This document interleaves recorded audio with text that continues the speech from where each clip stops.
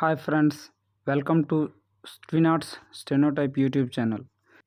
నా పేరు సుధాకర్. నేను ఒక రెప్యూటెడ్ గవర్నమెంట్ ఆర్గనైజేషన్లో స్టెనోగ్రాఫర్గా గత 7 సంవత్సరాలుగా పనిచేస్తున్నాను.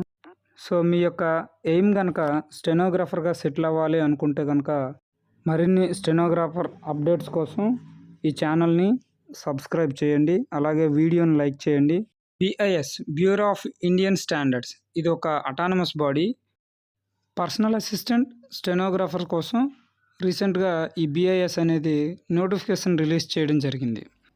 ఇంకా డీటెయిల్స్గా చూస్తే కనుక ఇక్కడ మనం చూసుకుంటే పర్సనల్ అసిస్టెంట్ అనేది లెవెల్ 6, బేసిక్ వచ్చి 35,400 ఉంటుంది.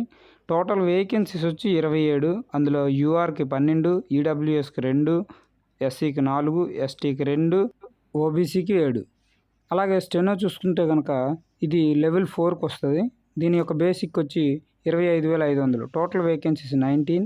అందులో URకి 10, EWSకి 2, SCకి 1, OBCకి 4, STకి 2. తర్వాత ఎగ్జామ్ విషయంకి వస్తే ఇది ఆన్లైన్ కంప్యూటర్ బేస్డ్ ఎగ్జాము. ఆ ఎగ్జామ్ క్వాలిఫై అయిన వారు skill test and computer proficiency టెస్ట్కి ఎలిజిబుల్ అవుతారు. పర్సనల్ అసిస్టెంట్ వచ్చి స్కిల్ టెస్ట్లో 100 words per minute 7 minutes dictate చేస్తారు. అలాగే స్టెనో కనుక తీసుకుంటే 80 words per minute 10 minutes dictation ఉంటుంది. తర్వాత సిలబస్ విషయానికి వస్తే ఈ రెండింటికి ఒకటే సిలబస్ ఉంటుంది. General intelligence and reasoning 50 questions ఉంటాయి, 50 marks. అలాగే జనరల్ అవేర్నెస్ 25 questions, 25 marks. అలాగే QA quantitative attitude 25 questions, 25 marks. అలాగే ఇంగ్లీష్ తీసుకుంటే 50 questions, 50 marks. Total 150 questions, 150 marks.